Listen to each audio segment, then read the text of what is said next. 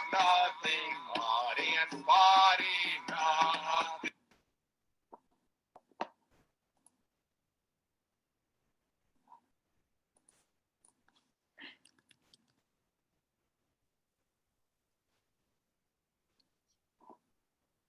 Okay, so I'm not at all accustomed to the Zoom platform, so bear with me. I hope everyone can hear me.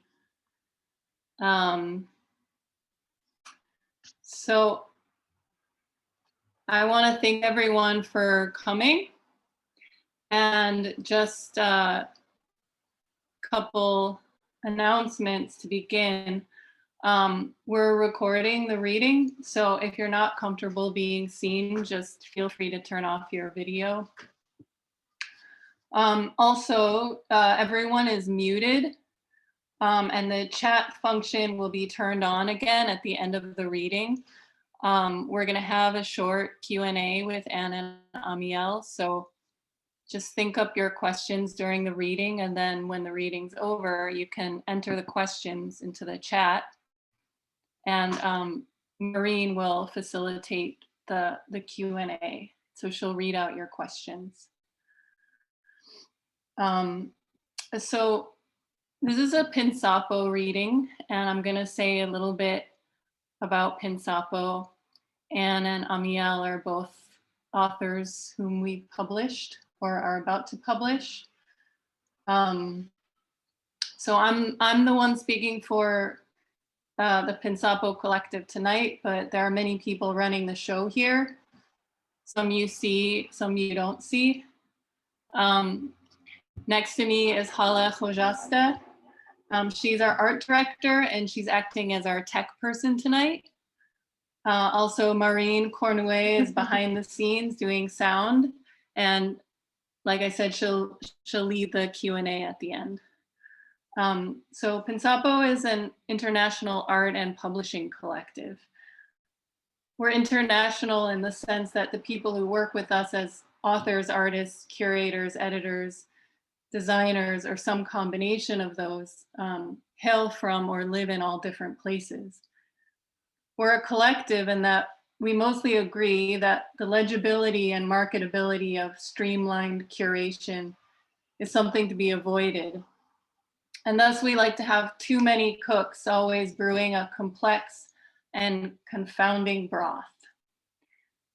Pinsapo doesn't have a central organization, as who is making things happen is always changing in accordance with everyone's nomadic tendencies. We're fans of not staying put and not remaining what we are. I read something today that hits on one of Pinsapo's key motivations, pushing outfit that we feel an ideological kinship with. In the interview, they observed that in the contemporary art world, quote, everything reflects the current moment and nothing new nor old can pass. So something that we're trying to do with the art we cultivate is a kind of spatio-temporal extension, stepping out of where we are and grabbing at meanings and forms that are forgotten, out of reach, exiled, in flight, or hiding. We're trying our best to avoid the arts funding shark pit. So funds for our books and events come from sales, donations, and our pockets.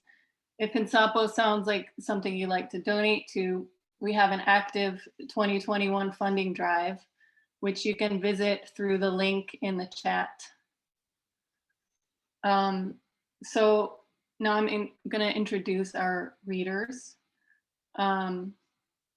First up is Anne Waldman, who is an internationally acclaimed author of more than 50 books of poetry and who co-founded the Jack Kerouac School of Disembodied Poetics at Naropa University in 1974 with Allen Ginsberg and Diane DePrima.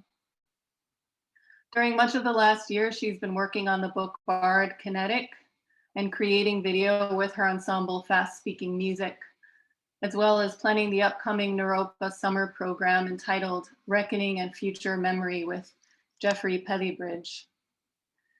She is most grateful to the translator Mariano Antolin Rato and to Pinsapo editor Oiku Tekten, who brought Mundo Aparte into being and organized several memorable performances, which resulted in the extension of artistic and activist communities in Granada, Spain, and around the world. Anne will be reading from that text tonight, and she'll be accompanied by Natasha Tiniacos, who will be reading one of the poems along with Anne in Spanish. And so Ammiel Alcalay will be reading after Anne. Ammiel is a poet, scholar, critic, and translator. He has written numerous books of poetry and criticism and has published translations from Hebrew, Arabic, Spanish, Bosnian, Italian, and French. He is the founder and general editor of Lost and Found, the CUNY Poetics Document Initiative, a series of student and guest-edited archival texts emerging from New American poetry. His new chapbook, Ghost Talk, will be released by Pinsapo next month and is now available for pre-order. Ghost Talk is a lyric sequence dwelling on the recovery of place and emotion that have long passed into other states. This will be Alcalay's first book of poems to be published since 2011. He has two other books coming out soon. A bibliography for After Jews and Arabs will be published in 2021 by Punctum Books. A Dove in Free Flight by Faraj Bayraktar, which Alcalay co-edited with Sharia Talagani and the New York Translation Collective, will be published this year by Upset Press. So without further ado, I'd like to introduce Anne Waldman.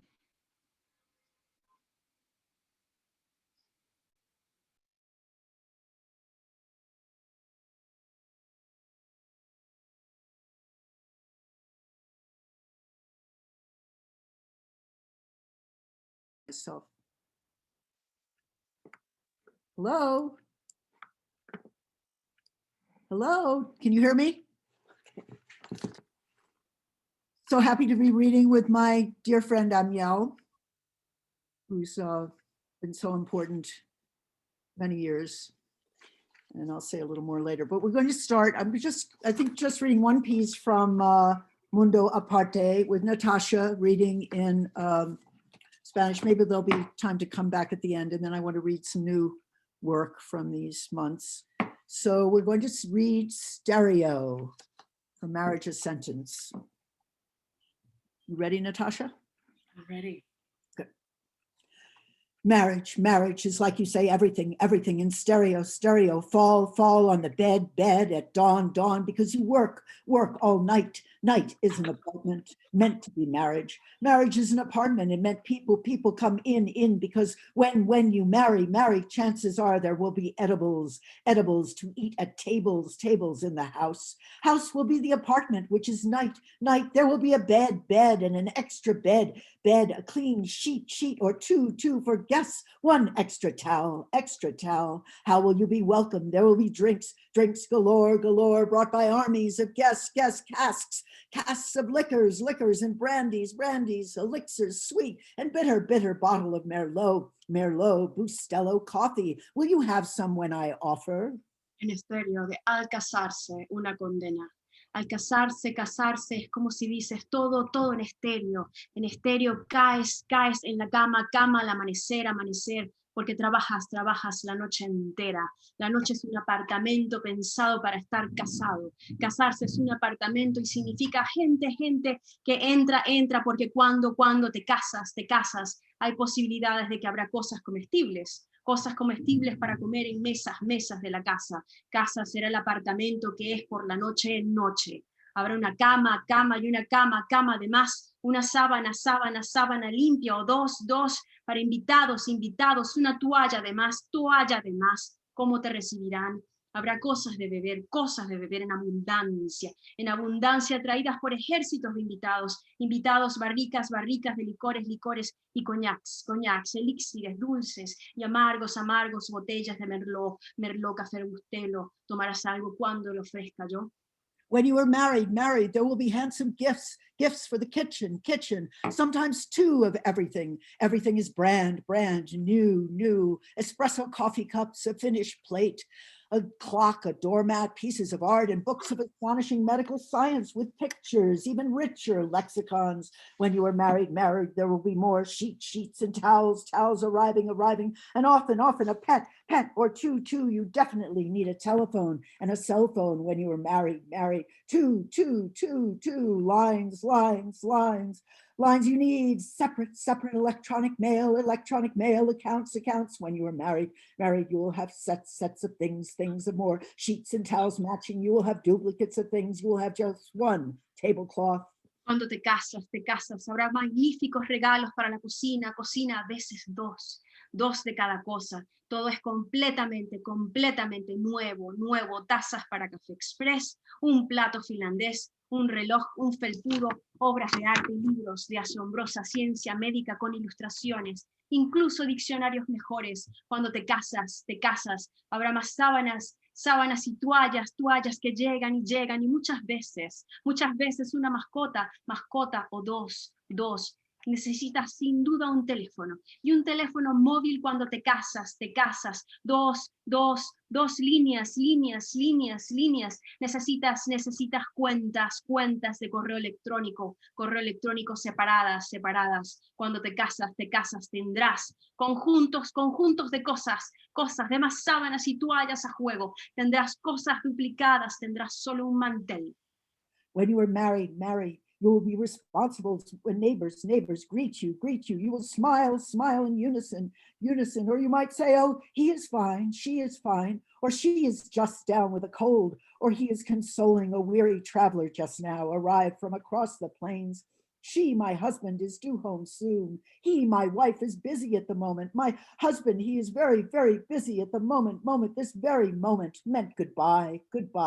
When you are married, sex will happen without delay. You will have a mailbox, and a doorbell, bell, ring, it rings again a double time. You do not have to answer, that's sure. For when you are married people understand. You do not have to answer a doorbell, because sex may happen without delay. You will hear everything twice through your ears and the ears of the other. Cuando te casas, serás responsable cuando los vecinos te saluden. Sonreirás al unísono, podrías decir que él está bien, ella está bien, o ella solo está decaída con un resfriado, o él está consolando a un viajero cansado ahora mismo llegado del otro lado de las llanuras. Ella, a mi lado, se le espera en casa pronto. Él, mi mujer, está ocupada en este momento. Mi marido está muy ocupado en este momento, este mismo momento, lo que significa adiós. Cuando te casas, el sexo tendrá lugar sin retraso. Tendrás un buzón y un timbre en la puerta, suena, ring, vuelve a sonar, ring de nuevo 2 veces. No tienes que responder. De eso no hay duda, pues cuando te casas, la gente entiende que no tienes que responder a la llamada a la puerta, porque el sexo tiene lugar sin retraso. Lo oirás todo 2 veces por tus oídos y los oídos del otro, los de ella o él, como puede ser el caso, él y él, y ella, como el caso puede ser. Cuando te casas, puedes jugar con los apellidos, y cambiar de apellido si te apetece. Puedes añadir un apellido, tener un apellido doble con un guión si te apetece. Puedes abrir cuentas conjuntas cuando te casas. Casarse no es garantía contra la depresión. Un rechazo no es garantía contra nada. Casarse no es garantía contra la resolución. Revolución es una palabra tramposa. Oyes aquí, casarse es más agradable de lo que piensas. Piensa. Her or him as a case may be, he and she, and they as a case may be. When you are married, you can play with names and rename yourself if you like. You can add a name, have a double name with a hyphen if you like. You can open joint accounts when you are married. Marriage is no guarantee against depression. A shun is no guarantee against anything. Marriage is no guarantee against resolution. Revolution is a tricky word. Here, you hear. Marriage is sweeter than you think. Think.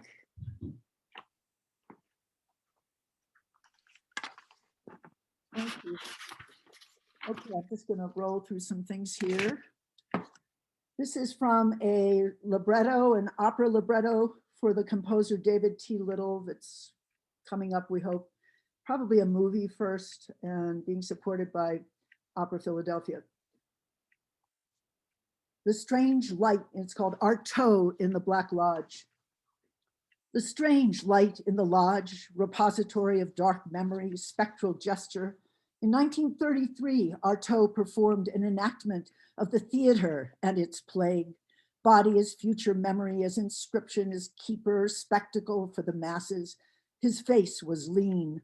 The visionary's thrust to be incomprehensible, ensorcelled, the plague everywhere, death in the street, in garrets, back alleys, in carts of doom, in aporia, in bardo, the edges between life and death. His hands were trembling, eyes rolling into the back of his head, looking inward, transported to an excruciating intensity. Artaud in the Black Lodge. Cave of flickering shadows, sequester and death. What doctor in the house? That we all see demon plague take hold, that our hearts break or that fear turns us away. Us too, could that be every one of us? We lose control in the phony Anthropocene. How close we are to dark animalia, to avoid the abyss. Oh, generative cyclic flow and grind of meat wheel that we decompose, lose breath and still sing. Artaud's apotheosis, palpable dark spirit babble in the theatrical light, center stage, shape-shifting show of demons, all the alchemical nuances, glass shatters, people in panic as he gasped, afraid of his own demise, jeering and hissing. La peste, they called it, sweeping the land, a crux in your mirror. La peste, the poet summoning and summoned, poet dwelling in your own gut and burning throat. And that's based on an account of Anais Nin. So he was actually performing the plague, performing La Peste in a theater in 1933. And let's see where to start. Let Go. This is for Louis Warsh. I said we started it. We founded it then, Angel Hair, that very night. The Robert Duncan reading in Berkeley, 1965. The conference night we met, Robert Duncan commanded we make a magazine. You always said no, later it was the car ride. In a car we founded it. How do you exactly found something in a car? It showed the temper of our various minds. Talking in a car is a magazine, I suppose. I wanted it to be falling in love, was also this idea. The night we were falling in love and we would be really good together, making something good. You never just fall in love with a person and make love with them.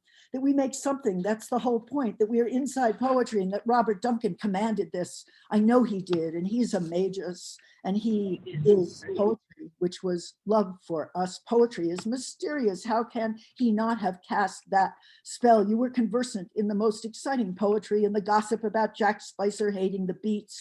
He wouldn't be part of the conference, and then he died. Too young to think of a house. What to think when they are falling in love? There is no future. We are right now. What I liked was being in this crowd of poetry, want to make something together, another reality now. There would be no babies. There would be babies with others. That's making time enough, or no time for that. A magazine is a paper window, also a car window. Keep opening the papery curtains or let the air in. And maybe you need a windshield wiper and music and someone else driving to make a magazine, a bedroom of strange bedfellows. We were the next night somewhere on Nob Hill, a fancy part of town. You were kind and very beautiful, slender, gentle body. I'd never been there, but you had a story with the people in the apartment, beautiful young men. I was a new tangle. I remember standing in front of a mirror on lysergic acid, going through all my lifetimes, and especially this one. I had a vision of all the persons I knew and how we had passed through some ancient anxieties, but it was important that we still all be together, changing how we looked, morphing, something radically changing us fast from infant, changing, but we were all feeling urgent about knowing something together and doing something. What was it? What were we all looking up at? My vision was look up, all of it, the people I loved, my mother, my Francis, and you there too, my new friend. I needed an assignment for them because of love. I thought, what an egomaniac. If I could only just get one assignment from up there, from the quiet stars, I could take it on to help everyone take on each other for everything, to help. They also wanted to make something together in the vision. That was what I was supposed to make. Maybe it would work for everyone. What to do, thinking, and watched my face age and turn to dust. Poof! That was the point, that I disappear. It was a wandering day. Did I have that idea about a magazine from the day before? I can't remember, but I wanted to be around words, but I remembered struggling to get over the bridge to Allen Ginsberg's reading, the conference. It felt important.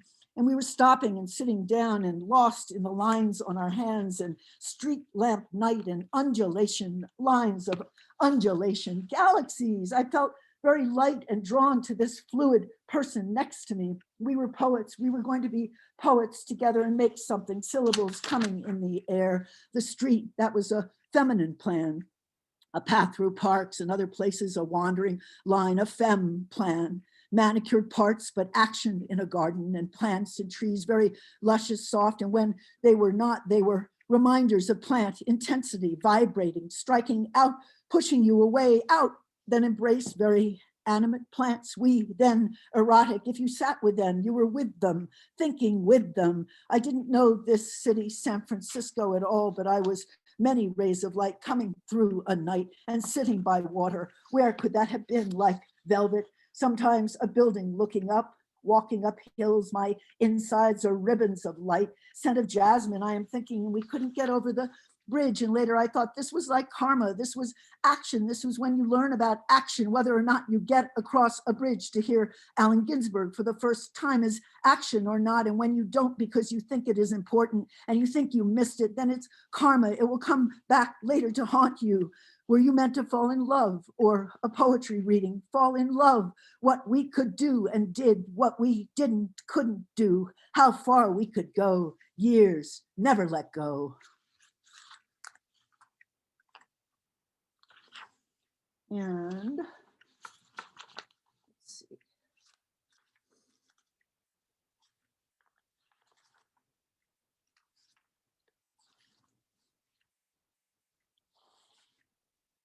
Some of these are sort of related, but I'll just go at random. Now this is for, we were gathering things here at Europa for after Diane died, and one of the students is putting together some things, I think primarily after revolutionary letters. So this was a proclamation. This is the antithesis reality. When the mode of the music changes, the walls of the city shake. For Diane de Prima, in memoriam. We're coming out of our little theaters of hope and fear to a city near you. We'll breathe again on the streets and liberate the hall of justice. And we are the antithesis reality. All is brought to transparency. What's up?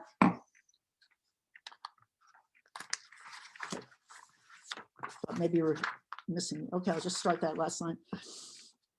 We'll breathe again on the streets and liberate the hall of justice. And we are the antithesis reality. All is brought to transparency. Twilight cannot be delayed. This is the antithesis reality. It's a deluge of fire, of climate apocalypse, watching the bloody moons and magenta suns of dust and smoke dynamite the sky, roiling in polite society in a gentleman's agreement in the sick corridors of corruption where the fix is in, the fix is in, the fix is in, and nano racism and hydraulic racism haunt the premises. But this is the antithesis reality coming at you. Can't pull the wool over antithesis reality's eyes.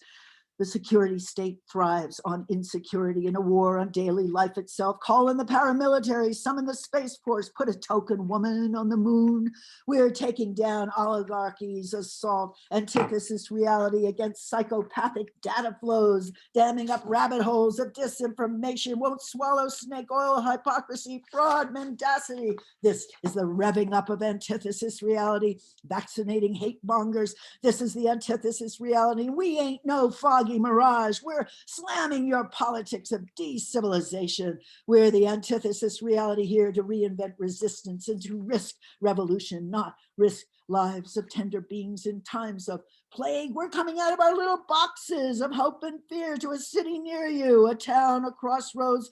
We're turning down the static, voting against capital's extraction of all from all. We're masked and mouthing the takedown, voting against ugly, abusive language. We are the antithesis reality. We like to fall in love with whomever we want and dance in contrapuntal rhythm. We are the antithesis reality, a refuge, voting against reification of land, of living and regenerative earth, all peoples, organisms, and air and water, and voting against drones and cages and carceral torture, voting against the military nocturnal techno surveillance complex in which power gathers and congeals and kills. Oh, bare life, nothing left to hide. Humanity, keep faith, come reanimate the world. Oh, tentacular nation, we're working overtime. This is the antithesis reality. We're here and rising.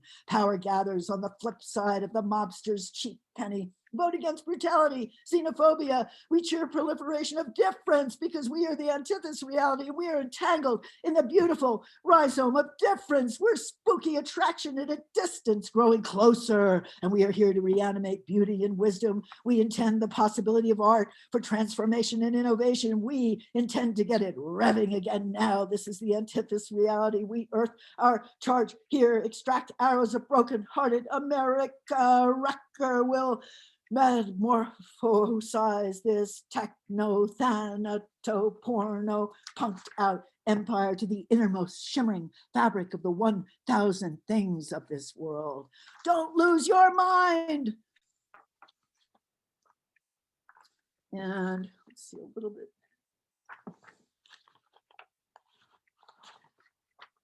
This is for my recent grandchild, Cora Bai Anaya, and her mother, Natalia, and they're in Mexico City. She was born at the equinox. It's called Mend of Dream. A being, Bebe, struggling among dense cloud, feel wings catch and scrape the human realm.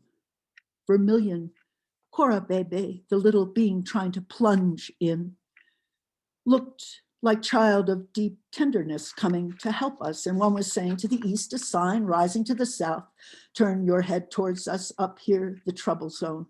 And we'll follow the Ruta Maya or conquistador fraught trajectory, arrive in the complicated tangle that is love and Sor Juana's paradise and Nez's poetry of terrestrial birth, being mindful of its essence to make language sense. Heart of this world. Oh, Bebe, beyond galaxy. Oh, mystery. Hola, tantric Mexican beauty. Celestial child, come here. Oh, guardian eyes, twin planet of deep brown pools of earth, humility, pulling you in. I salute your arrival to this lost paradise. Angelicity of equinox, arise in your light. And this came out of some of the wonderful talisman explorations. To read this for Ghazal Musadeh and Safaf, Fatih and Liz Willis and Sarah Riggs. I wanted to tell you about my meditations on Jupiter. Not all celestial bodies revolve around the earth.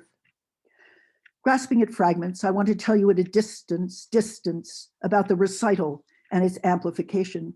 I thought unicum in the varying versions, urgent meditations on Jupiter, my remotest wandering, its chilly motion, ice and patterns, striations seemed to be models of tissue and imprint, solitude, solicitudes.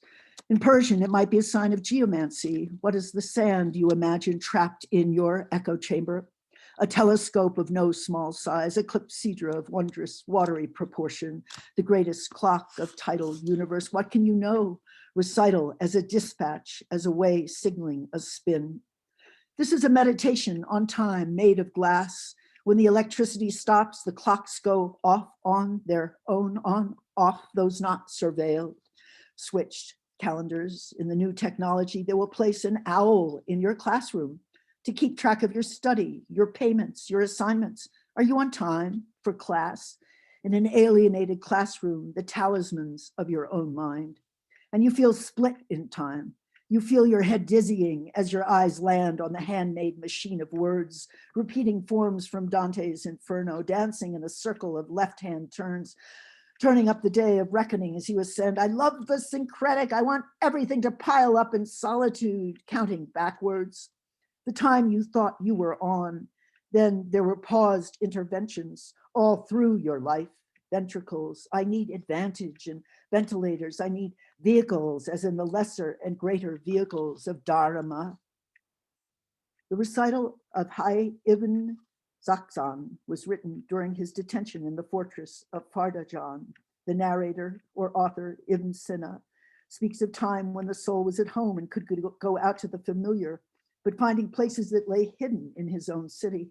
Captivity in a cosmic crypt, a dark pit in which also the pilgrim of the recital of Occidental exile is stuck, an inward escape, call it.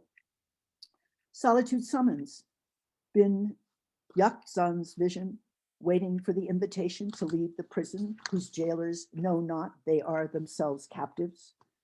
What is imprint in a brain? Symbols, allegories?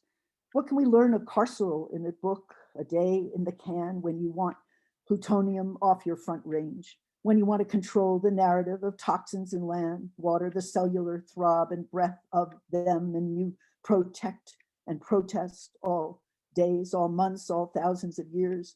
Deformed sheep born at dawn, an eye missing in a dispatch.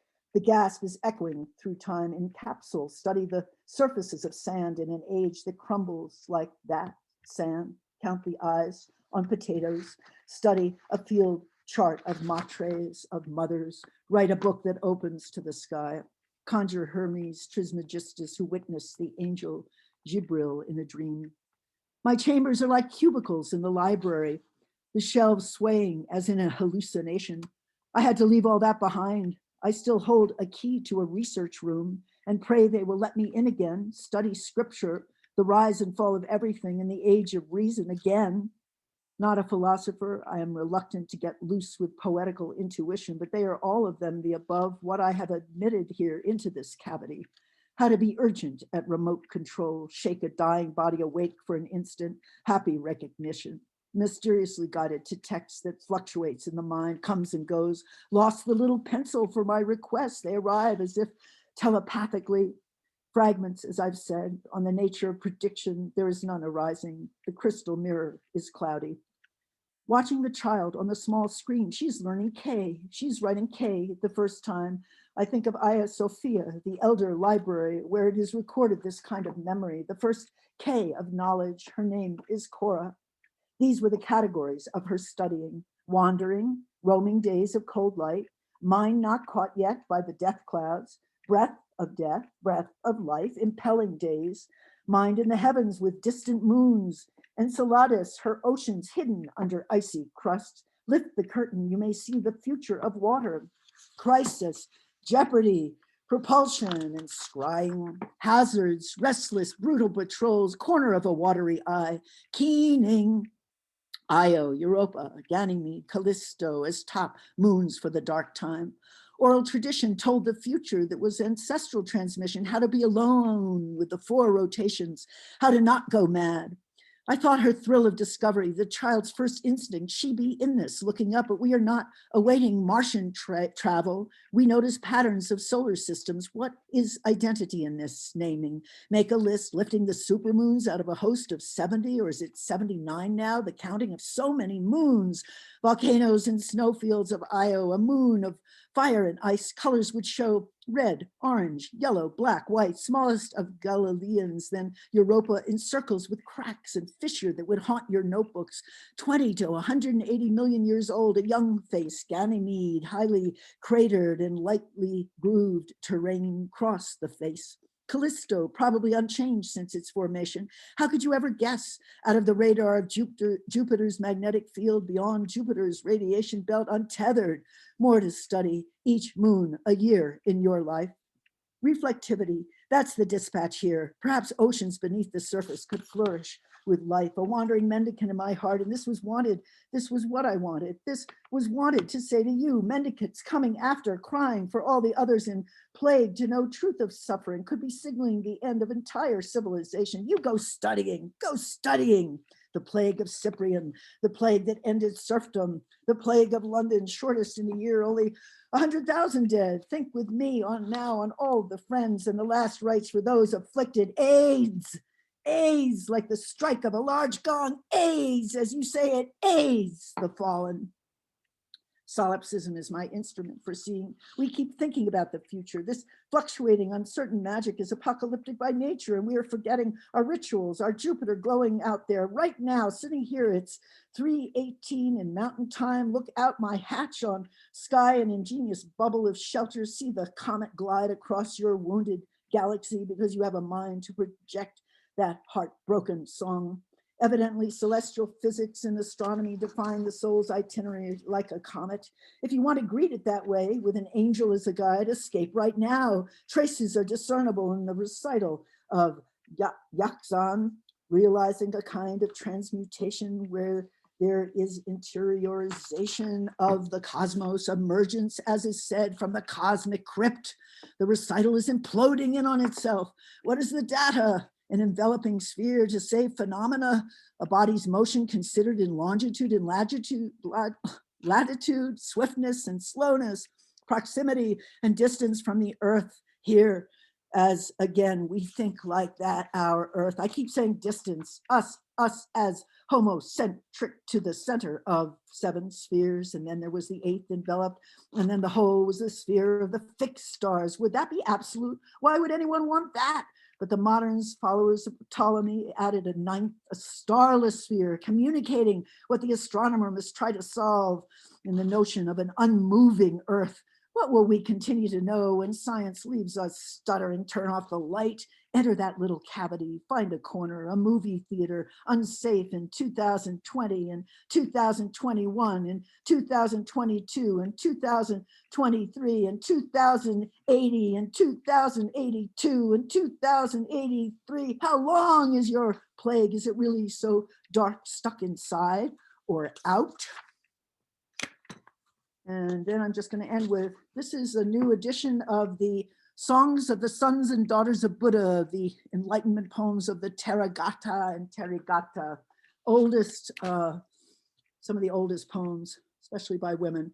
I'm just going to read the last poem in the nuns section, or the daughters section. They were not nuns, they were wandering mendicants, ascetics living in forests with very little, a little begging bowl. Susupakala speaks with Mara. Susupakala was sure of herself, her senses pure, her perception clear. She drank life's elixir, a sweet fluid sustaining that replenished her mind. Mara, the tempter, interrupts. Don't forget where you've been before, those other lives you led in bittersweet realms, animals, demons, pretas, your friends, companions. Think about it, long for it, he whispers in her ear. Yearn again for the Kamaloka and the seductive beauty of the dark gods who rule in shadow and the blissed out gods who rule by day. They'll take you, caress your naked body. She speaks. Stop, Mara. Don't you know these gods go from birth to death again, again, become this, become that, become this again, become that. You know the Kama Loka stinks with lust. I tell you the whole world is blazing, blazing, the whole world's in flames. I tell you it's flared up. The world is shaken, your words are shaken. The whole world's ablaze. So this is done with Sanskritist Andrew Schelling, and it was very comforting to be able to work on some of these texts in these last months. So thank you to him. Thank you very much. And now my dear friend, Ammiel, I had a little line here about how he's, you know, the great, where's that little intro I had? Well, I talk about him as the great figure of outward, as Olson described Creeley, and being, you know, so, I mean, I think of the work with Lost and Found, his incredible devotion to his students and how he's changed so many lives and put people on extraordinary journeys and paths of, you know, great discovery and enlightenment, really. And I just wanted to read the little poem that Olson wrote for Creeley. The figure of outward means way out there. The world. I'm sure otherwise. Why was the point then to write to Creeley daily, to make that whole thing double, to objectify the extension of an outward, an opposite to a personality which so completely did stay at home. So there's so many things to say about him. I'm very excited to hear this work. I wish we were writing to each other daily, but I feel I am in contact with Ammiel Alcalay daily. And I was so happy when we were first getting together in New York. We worked on this project called the Poetry is News project, which had some events at the St. Mark's Poetry Project and some very interesting response and correspondence. And I hope thinking about how to reinvigorate that in the coming days and hours. Okay, take it away, Ammiel, take it away. Okay, thank you, Anne. Where am I? Not sure where I am.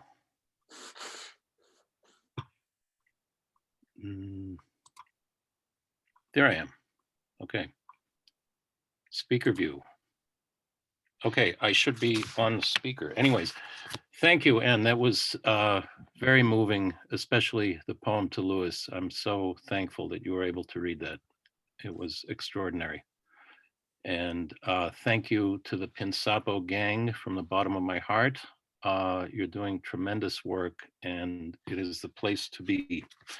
So I'm going to read from three very different works. This is very strange because I'm not seeing myself. I'm seeing Anne. It's weird. Okay, well, I'll put in myself in the gallery. So I'm going to read a little bit from Ghost Talk because Ghost Talk is a very short text and I don't want to give too much away. So I'm just going to read a little bit from Ghost Talk. Ghost Talk was written, I believe, in 2014 or 2015.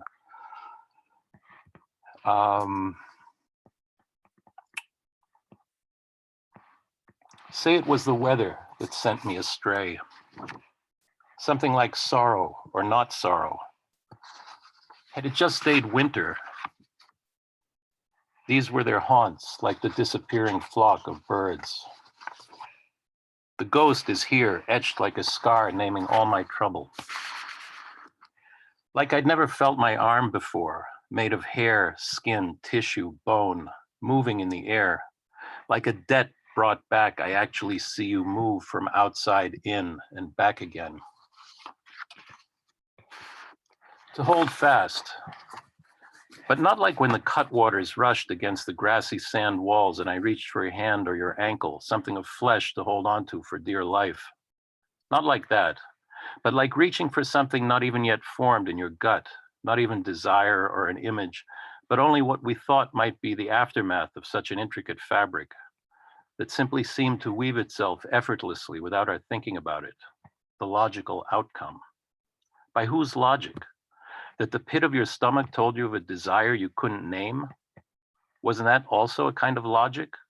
and that you tested such intimacies with all the determination and intelligence you could muster, only to return to the search for a wisdom to be found in your own body, not as it was yours, but as it was a body? And oh, the sadness of so much forgetting along the way on the interminable journeys of remembrance. For whose memory? In the name of which union?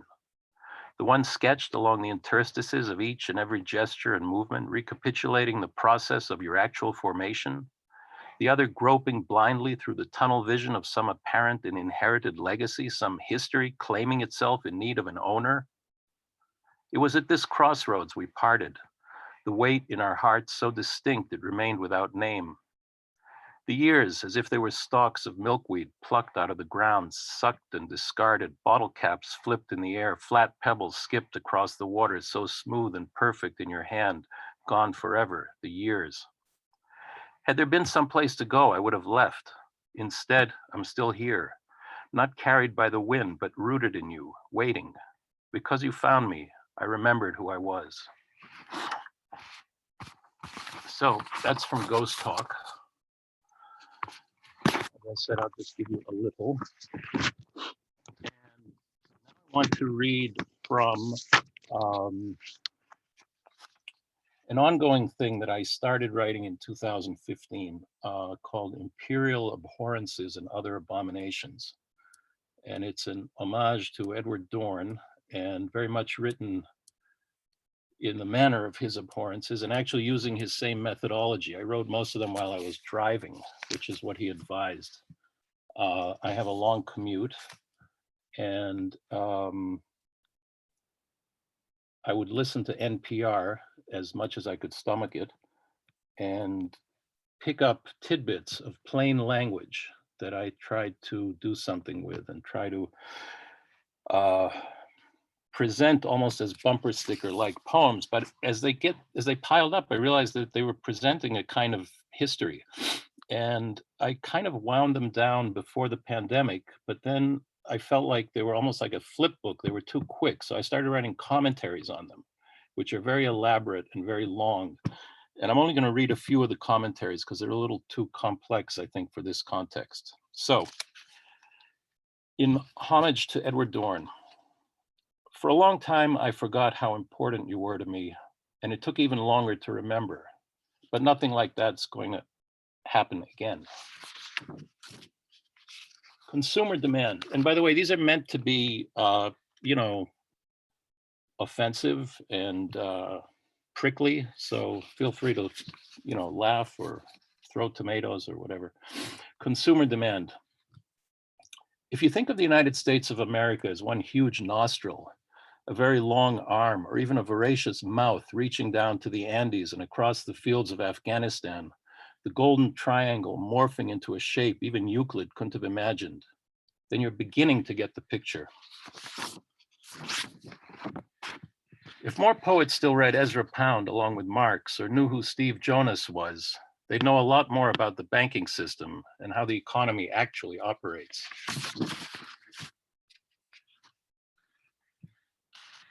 The years of the Pepsi president surely hatched between Silicon Valley and Langley. Not that the others were any picnic, the two Jorges, Guillermo, all the way back to Ronaldo and Ricardo. Nothing was coming in, the frequencies were jammed. So I got a typewriter thinking there still might be some body memory left to take me back. Commentary. The question I often ask myself, would it actually help if our presidents had Spanish names? Probably not, but at least it's worth trying. The relationship of Barack Obama's campaign symbol and the Pepsi logo has been much commented upon, while the former president's Indonesian background and its particular chronology and circumstance much less so. Various conspiracy theorists can be quite suggestive and thought-provoking in their sifting through this material, and are well worth our attention if we dare exercise our imaginations to envision a more truly inclusive and broadly conceptualized political framework, like those igniting the scope of, let's say, Dante, Blake, Shelley, Melville, Leslie Marmon Silko. The radio, of course, is a time-worn trope, Spicer via Cocteau, But the question of biological and cosmic energetic response via different keyboard modes has hardly been explored on the basis of the laws of physics, if a consensus on such laws is even remotely possible at this point. For years, I've been thinking, the witness to my marriage died by his own hand after killing his wife, and my marriage, though prolonged in name, has long been over. This all actually happened and is not decidedly an instance of misogyny. #MeToo. Some mothers are more than capable of destroying their children in ways no one else could have even imagined. Home is what you leave behind, like a bone in your throat.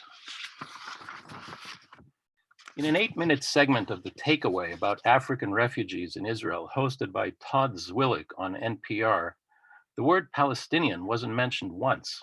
I actually heard this. I was on Route 95. It was snowing. Literary history number 221. When Jack Kerouac's sister Nin died, he couldn't afford to buy her a headstone. R&D, research and development. What asshole sitting in which fucking airless office came up with driverless trucks? Give me 40 acres, motherfucker, and I'll turn this rig around. False flag forensics.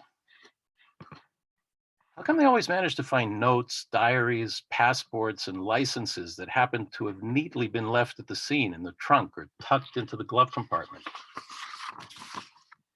Question. When was the last time US foreign policy actually protected anyone? Commentary. Is this a rhetorical question? Foreign policy. From Woodrow and Franklin Delano to Barry O, no matter what, the oil must flow. So hang on tight, Afghani, Libyan, and Yemenite. Rejoice as our clustered gifts rain down on your happy homes. Commentary. Just as an example, in a truly heartfelt and heartwarming display of imperial solidarity, former President Obama, in an online fundraiser for then Democratic candidate Jose Biden, said that another former president, Jorge W. Bush, quote, still had a basic regard for the rule of law and the importance of our institutions and democracy. On the world stage, there was still a sense that America needed to lead, and that leadership meant that as imperfect as we might be, there were certain ideals and values that we were going to aspire to and advance, that we cared about human rights, we cared about battling against the oppression of peoples in distant lands, and that we try and uphold both in our own country and around the world certain core principles around the rule of law and the universal dignity of people, unquote. 8 years, geez, I guess I missed that part. I must have gotten up to take a leak or something. Variation on the former. Hello, Honduras. Goodbye, Brazil. Give me some love in Libya. Hang on tight, Yemenite. We're here, Salafists, one and all, y'all. Propaganda thought experiment number 262. Waiter, help, quick, there's a Russian in my soup. Propaganda thought experiment number 4867. Waiter, help, quick, there's a Russian in my soup. Propaganda thought experiment number 11767. Waiter, etc. Literary history number 43. To attend a US reception in his honor in 1945, Aimé Césaire had to use the service elevator. Khashoggi or Khashoggi? From an American perspective, perhaps the most notable thing about the case of the Saudi journalist was that for 2 straight days, no matter where you turned, from NPR to Fox or CNN, they all pronounced his name Khashoggi. It was as if the NSA had installed a pronunciation chip into the collective mind of the MSM. Translation theory. Maybe some of these people who think they can translate Hafiz or Rumi freely without even knowing the language ought to try working Gitmo, like my friend Khalid, where he couldn't say a word someone else hadn't already said. Leaders to come. Once the hologram is hardwired to the digital flow of virtual dough, all bets are off. Even though they terrorize people who've done them no harm, the rats are patriots. They don't sell planes to Saudis to bomb Yemenites or fiddle to the tune of Zionists. Every day on my way to work, I watch them in the subway getting bigger, smarter, hungrier, and a hell of a lot more industrious than most of us. No, I have no fear. When the rats come to power, they'll die alone, all on their own steam. Sometime in the future, over the smoldering ruins, having forgotten or never even known of the achievement of Egyptian stonework in granite and diorite, honed absolutely flat and level to 1/1000th of an inch, the lizard men and surviving humanoids collectively paw over one of the 21st century's only artifacts, the highly redacted remains of, yes, the Mueller report.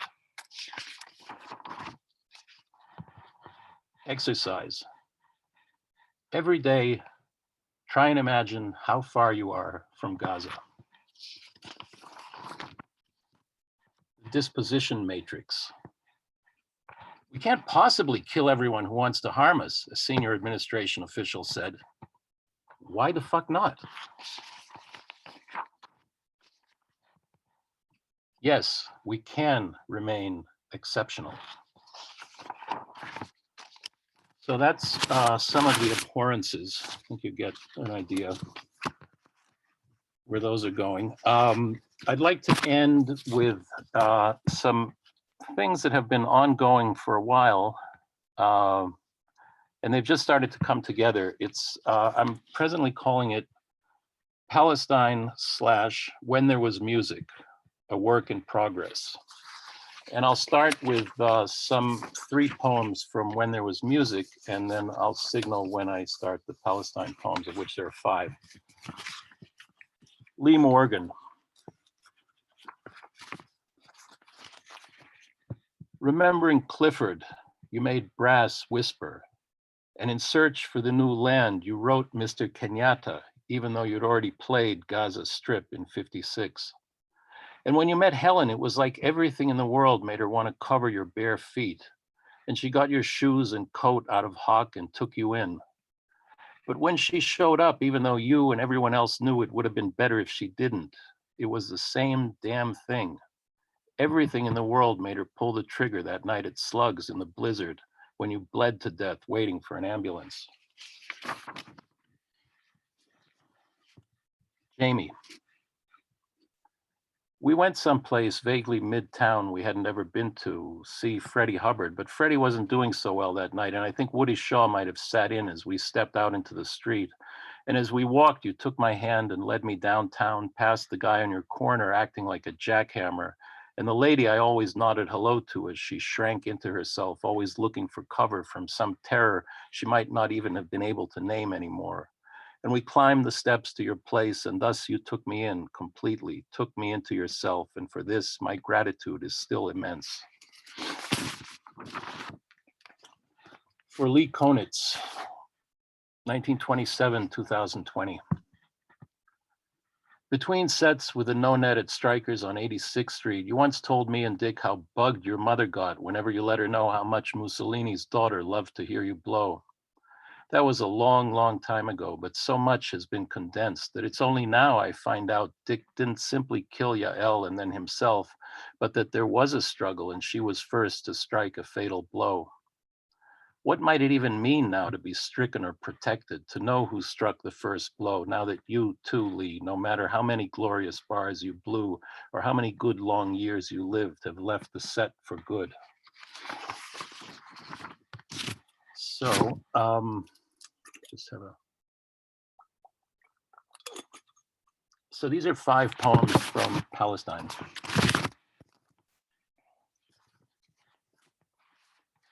Jamila, you told me about the pharmacy your family ran in the old city and what you remembered about the war in which your father was killed. We were sitting on your porch, your mother inside, drinking lemonade in the early evening. No one but us thought this was a good idea. Akram. It was in the afternoon, the sky was pink with sand, and we found you, and you just joined us walking on the walls of the old city, knowing you'd miss curfew. So I said, just stay with us. But we really couldn't all stay where I lived. So I said, let's drive. Let's just keep driving back and forth to Nazareth until the sun comes back up, and then we'll get you back home.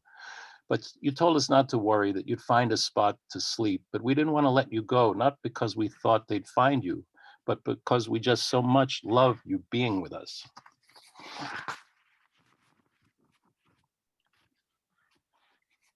Faisal al-Husseini, 1940-2001.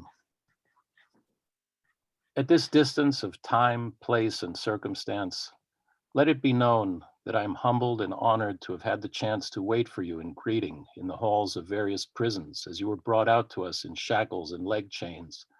Your wife with a small comb and brush, your son and daughter holding close, and us waiting for the right moment to get a message about the kidnapped and disappeared you found out about, captured at sea on their way to the camps to bring food and medicine to their loved ones after religious authorities had approved the consumption of unclean flesh. And you, no matter what, no matter how long they made you wait, no matter how humiliating the circumstances, you, Faisal, always had a smile for us.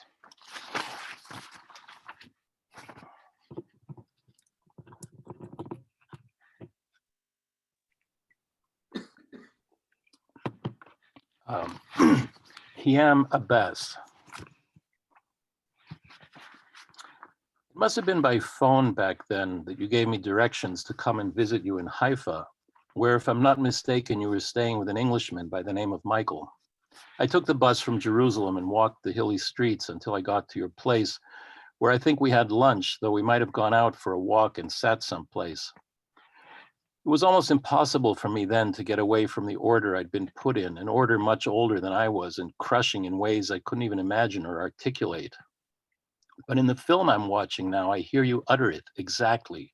You playing a mother speaking to her daughter, or your own older self, or maybe you younger speaking to someone you thought you might become.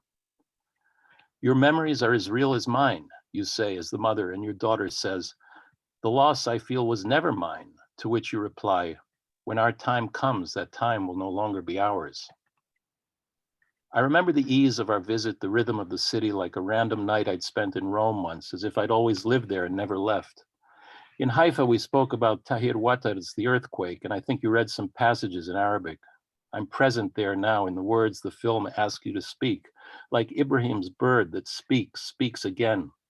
Dear Ibrahim, whom last I left on the outskirts of Edinburgh, awkwardly dropped off by a vile relative who couldn't recognize in him the very visage of ourselves, a soul so human he refused to pass through borders imposed by colonizers so as not to be infected by hatred of the intruders. And now, Hiam, seeing you speak through a character in a film, I also understand why you left. And I'll end with this one, which is called Eli Hamo, 1956-2013.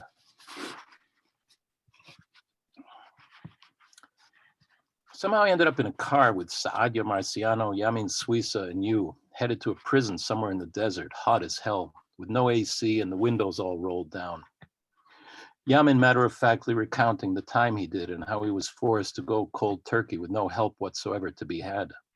When we got there was a demo and you guys knew everyone and started introducing me around. It was the time of burning tires in the Katamonim, your neighborhood of the enormous and ominous housing blocks, the slums built right on top of the transit camps, just up against the village of Beit Safafa. And I remember you'd always remark from the vantage point of one of the jail-like openings on the stairwells of your block how envious the tenants were of the Palestinians in that village, even if they were left with only one tree. I remember when someone in your family passed and you told me to come over, and I spent hours with your relatives sitting on the floor being handed mezza and hearing stories of Iraq and Kurdistan. One of the last times we spoke, you were in some kind of facility, confined to a wheelchair, one amputation already done and another to come because of a botched operation on your back. No recourse for that, of course. It's only now I realize how uncannily similar to Elias your facial expression was, accepting the tragic sense of life with a deep laugh, an ever-present glint of infectious enthusiasm in your eye. It had been a very bad stretch.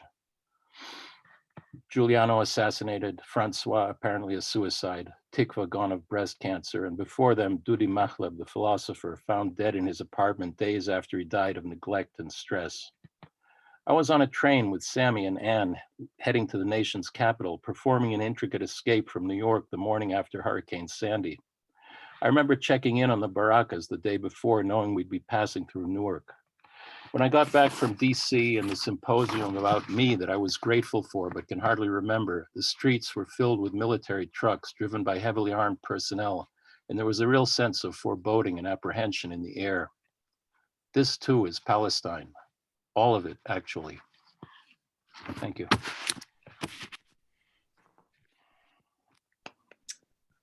Oh, wow.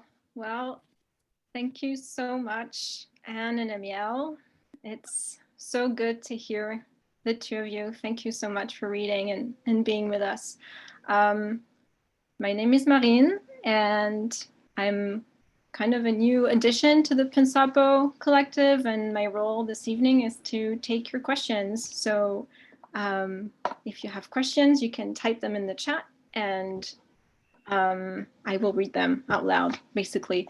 But I can maybe get us started. Maybe I'll get us started with a question for Anne. Anne, can you talk so we can see if we can hear you? Can you hear me? Yes, great, thank you. So my question for you is, Mundo, Aparte, Offworld is a bilingual collection of poems. So what was your attraction to publishing this work in 2 languages simultaneously? So in the same book, in the same object? I was very inspired by the people editing, and Oiku, who is here. Tekten was really the driving person with it, though she's Turkish. She's been living in Spain and working with community in Granada and with, you know, meeting other writers, publishers, and so on. And it really came out of, you know, her familiarity with some of my work and seeing that that might make sense. And I was already traveling there on some occasions to give readings and a couple of festivals and that sort of thing. So we were very grateful for this excellent translator. I mean, from what I don't know the language well, but very good response to these works. So I was very lucky, I think, and honored by having him work on it. And Ammiel wrote a beautiful forward and giving some kind of context. They're basically prose poems, somewhat political. I think it was maybe 30 pages in English, something like that, 25, 30 pages. It was expanding a way to be with people in these, you know, these wonderful enclaves, traveling. And then it's also a book that I've spent some time in Mexico because of family there. And so those translations have been so helpful there. And a recent video has come out just called, I think it's the Archive Litany. And also with somebody reading in Spanish. So it's expanded my worlds.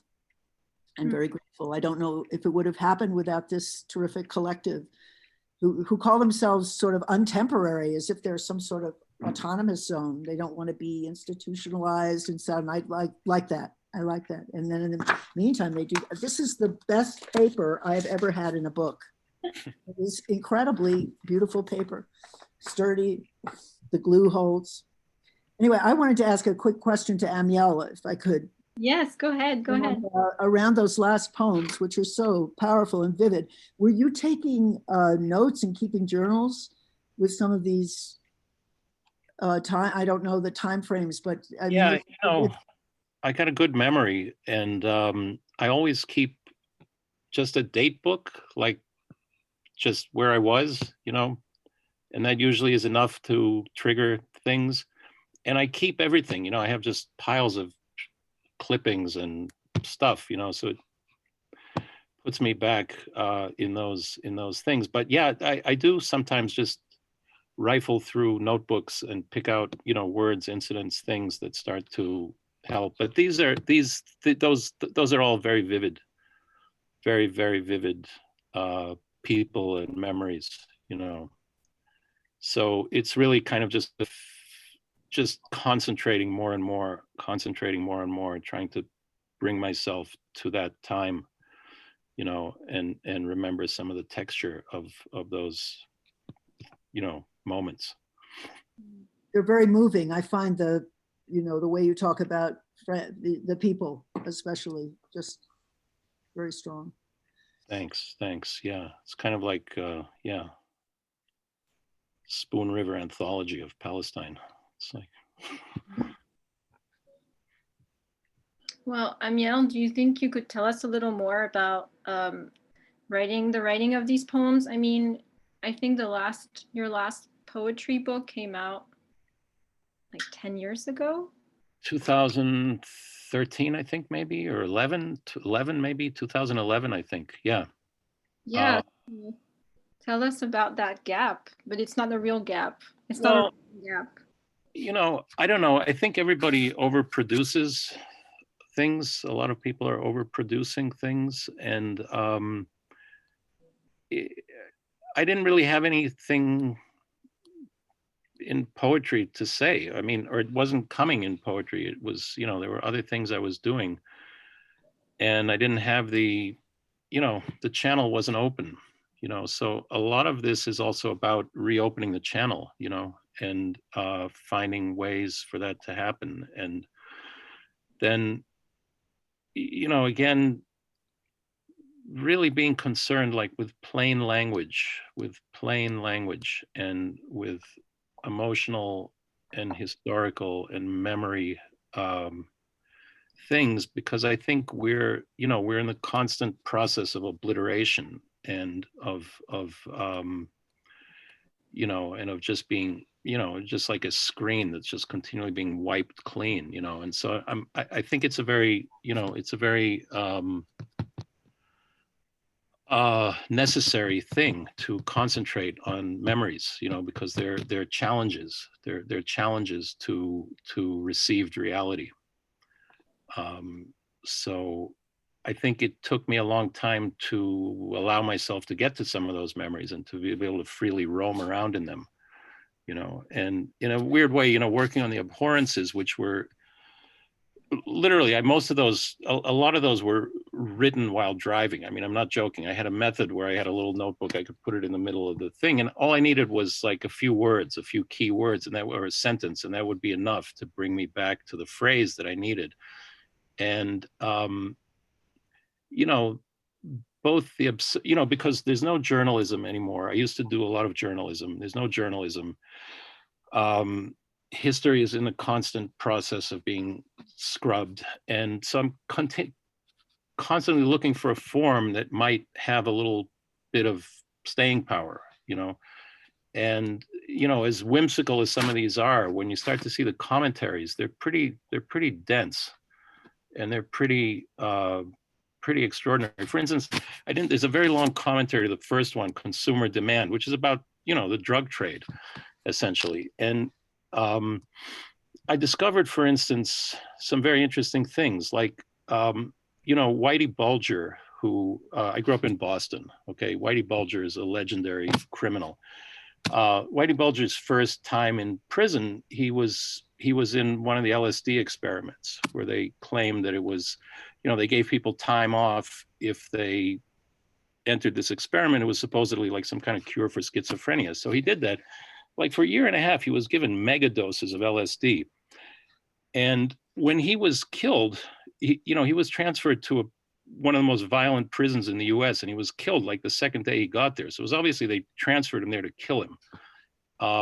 He had been writing a lot of letters to people about his experiences, and he'd never been quiet about it. So, you know, I find these little wormholes, you know, and I start to burrow into the history of these things, you know. And I ended up with a guy that was kind of notorious, but I didn't really put it all together. And it has a lot to do with the music pieces.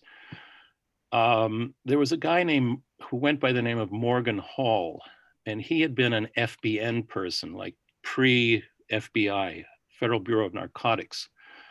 And he was a really tough street person, and he became recruited by the FBI to do drug things. And then he got hired by Sidney Gottlieb. Sidney Gottlieb was the guy who started MK Ultra, which was the mind control thing and beginning of experiments with LSD and so forth. And he had these safe houses, and he had one in Greenwich Village and he had one in San Francisco. But Sidney Gottlieb hired this guy to be his main street drug person. And this guy in particular persecuted Billie Holiday, and was very clear in his campaign against Billie Holiday. But he was also the key person who worked with Lucky Luciano and other mafia people to make sure that there were drugs in the jazz clubs and to make sure that the jazz clubs were run by mobsters. Okay, so I'm very, that's like a history that is kind of made light of in some sense. It's kind of like, there were drugs and, it's too, all these people, but it's actually an essential part of the national security state. And it's an essential part of how the country has been run, since the teens. So, I'll write a poem like that, Consumer Demand, and think about that. And then the commentary goes on for about 5 or 6 pages in which I'm just doing all this research and finding all this stuff, and then kind of trying to tie it back into something that I'm familiar with or that I know about, or that has happened to me or that I insert myself in. So it's a kind of continual biographical memoir readjusting to reality, to self in history thing that I'm constantly trying to do. I don't know if even that was an answer to the question, but I think it was.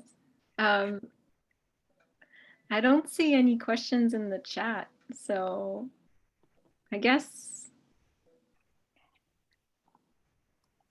unless Anne or Ammiel, you have other things to say, yeah. Oh, here's someone. Okay, I'm gonna read it. Oh, this is, I just want to say we've got some real distance going here because Irakli is in Tbilisi, and I know we have people in Turkey. So we've got quite a spread here. It's amazing. Good to see you. I'd love a report. I'd love a report from every place that's represented here. That would be great. There's many questions suddenly. All right. I guess we'll go with this one. I was curious regarding reading about the relation in the context of today between Artaud's Vieux Colombier in 1947 and Olson's Berkeley in 1975. By the end of Pour en finir avec le jugement, Artaud evokes body learning to dance. Whoop, it's moving away. And I think of what a poetic paradigm that became with Olson. And through that, the true envers, which seems to evoke the figure of outwards. So I was curious if you make anything of a possible relation there. My, oh my. Oh, that's great. I didn't know about that history. I'm sure Ammiel something of that. I remember when I was at the conference in Georgetown, it suddenly came to me because of all the documentation about all this work you've done and all the stuff from the Middle East. I mean, becoming, this real super figure of outward. No, that's very interesting. I'd like to know more. That sort of rings up. What do you know, Ammiel? I don't know. It's I don't know. It makes sense. I mean, it makes sense. It fits. Yeah. I can't off the top of my head. I know that there are actual connections. I know that there are actual things there. And I'll write to you because I can't think of it right off the top of my head. Copy me. Okay, we have another question from Jennifer Scapitone. Okay, I think I would love to know what it took to open the channel and what difference it makes to address other languages or cultures outside of the US for you in particular right now, and if these are related. And the questions to? Probably to Ammiel. Okay. Yeah, I'll say, yeah, absolutely.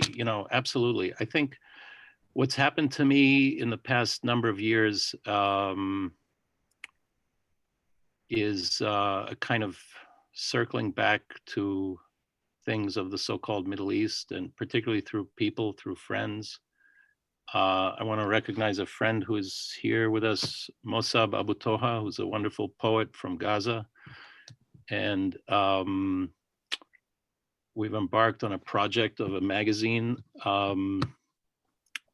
that will come from Gaza, and some of our other crew is here. Elsa is here, and Khalid, who will be doing some translation. But absolutely, yeah, no, there's a, there's a suffocating sense in this country of just of narcissistic insanity, that everything revolves around it, and it's very helpful to get out, mentally or physically.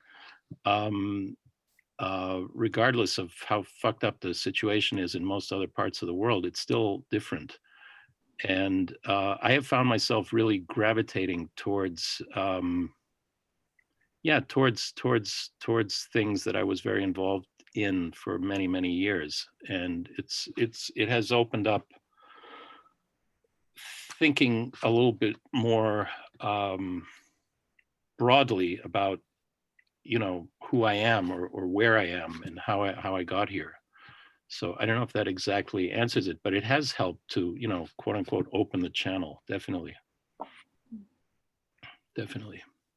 I think, Anne, if you don't mind also saying a few words about that.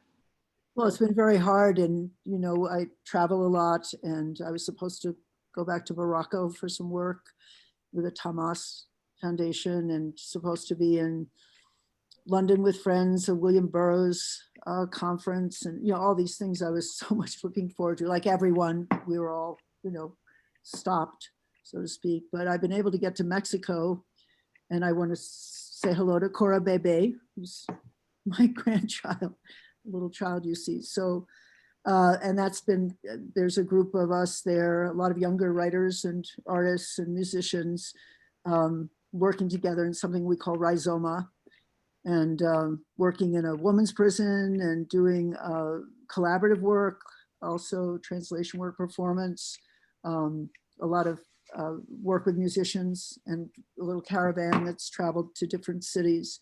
So all this, a lot of my spirit is towards that. And I sometimes wish I was able to be out of, we were not getting the, you have to go after the information to find out what's going on in the rest of the world when you're in this culture here. And it was so much to follow and going on. So I felt bereft of certain friendships in other parts of the world, not being with the people in different places. So yeah, that's been something we'll pick up again. And I see so many people. Yoshiko Chuma is here, and she's spent a lot of time in Palestine and traveling to a lot of very amazing, intense places, many aspects of her dance and performance. And again, working collaboratively and all over the place. So that's been hard, but also getting the news, getting the information. And the best way is actually through the poet friends like Ghazal, who's in Mossadegh, who's in London, and Adania Shefley was involved with this Tamas gathering at first, and she was going back to Palestine. There's Safa Fatih, who's in the Sinai at the moment. So hearing from her has been really important. Just how you're doing. I would just mention another thing, Jen. I was there's one of the books that Miriam mentioned at the beginning is called A Dove in Free Flight by Faraj Bayraktar, who's a Syrian poet and former political prisoner. And that's a project that a group of us embarked on in 2002. It was finished in 2004, and it took 16 years to find a publisher, literally. And that process over the last year of coming to find a publisher and putting that together has been so moving, because of what it means to Faraj. And it means a lot to him, who is in Sweden now. He's got political exile in Sweden. And it's just been a tremendous experience to be able to track that. You know, part of all of this, you know, it's like growing older, you know, watching people die, and you know, and just the accumulation of experience becomes more clear, you know, just becomes more clear. So it's like tracking a project like that, I just see, you know, that was right after 9/11, you know, okay. And a lot has happened since then. And if you know, live through it, it's a little bit different than not. So I guess it's kind of, for me, again, it's a continual accumulation of experience and how to spread it out, how to get it to the places it needs to go. Very well said. No, the deaths have been hard. So many friends, people you would have, you know, been with and would be able to be with at the end. And Yeah. That's been really intense. Yeah, sure has. Okay, I think we can take one last question for Anne. Did you visualize the work in both languages as you wrote that piece, or did the translation come after? And then there's one more question for Ammiel after that.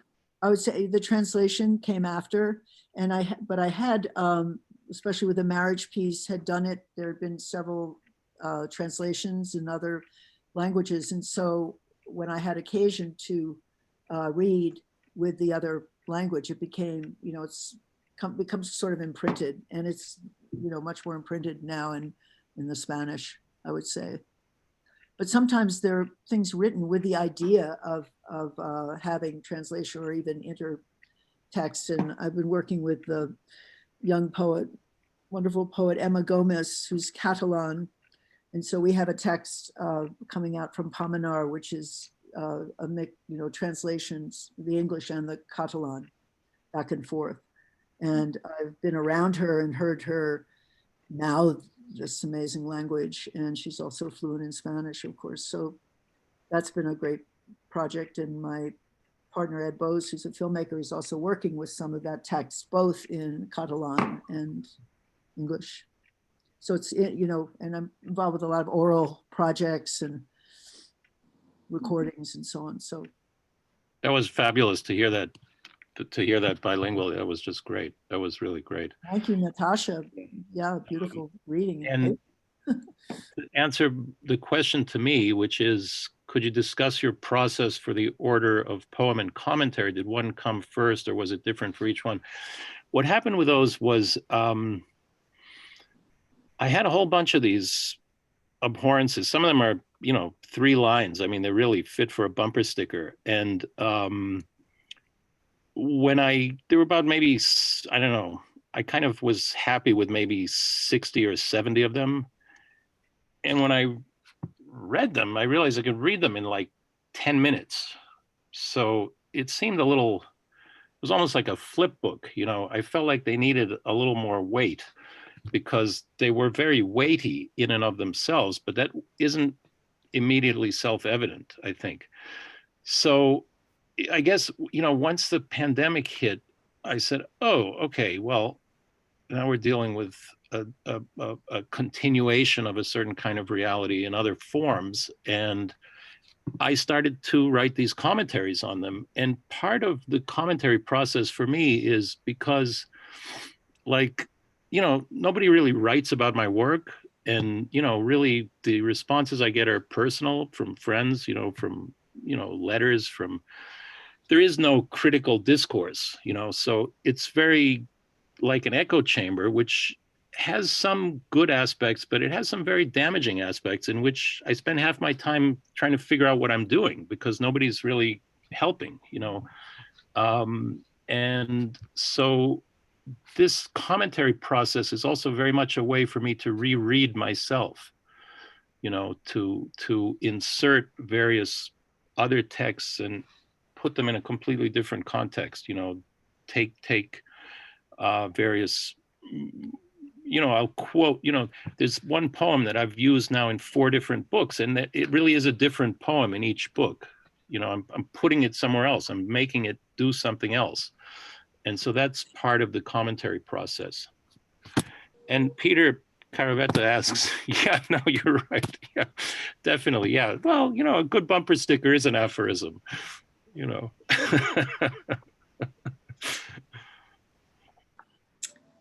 I saw delight. Yeah. Okay. Well, I think That was great. done here. Yes. Thank you. Thank you Thank both. you, everyone, for coming. Thank you. And thank you, everybody. And Danny, good to see you. we'll end with a song, so you can exit with grace. I just want to wave at my grandchild. Bye. Voila. Hey, Ambrose. Yeah. Ambrose. Bye. Hey, Cedar. I Hi. heard the Hey, poem. Cedar. Hi. And Monette is here. Monette is here. Little Monette. I HR. know. I think she just disappeared. Yeah, I just want to be with children. Hi, Mary Catherine. Hey, Anselm. Oh, friends, everything. Chris. Jennifer. Chuck Purtle. Hey, Bob. Hey, Norma. Mm.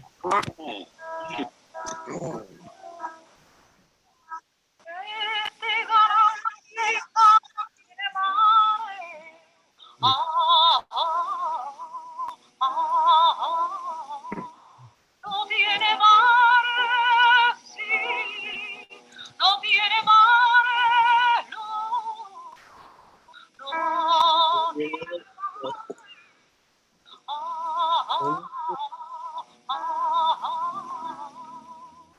No pari una gitana, lo echó a la calle.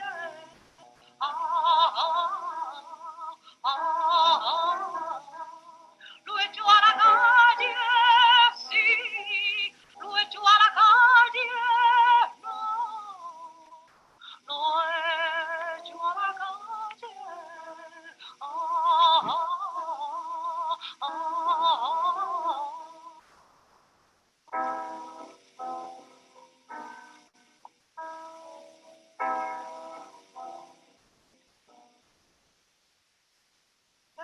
Este niño chiquito no tiene cuna.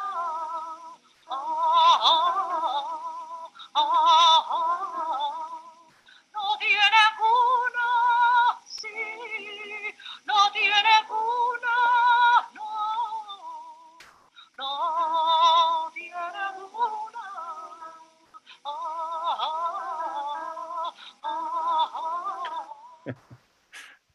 Pare carpintero y le hará una.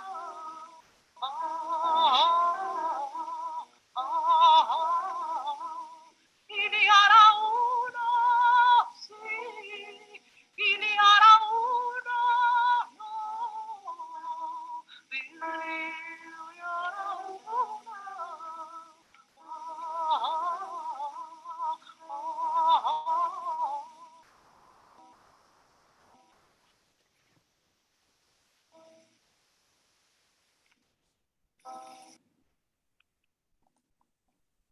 Thank you, everyone. Take care. Thank Bye. you, Maureen. Send me the link to that song. It's so beautiful. Will do. Thank Sure. you. Good to see you, Rockley. So great to see you all. Thank you. That was amazing. Yeah, thanks so much. Very surreal. Yep. So happy to see the little family in Mexico.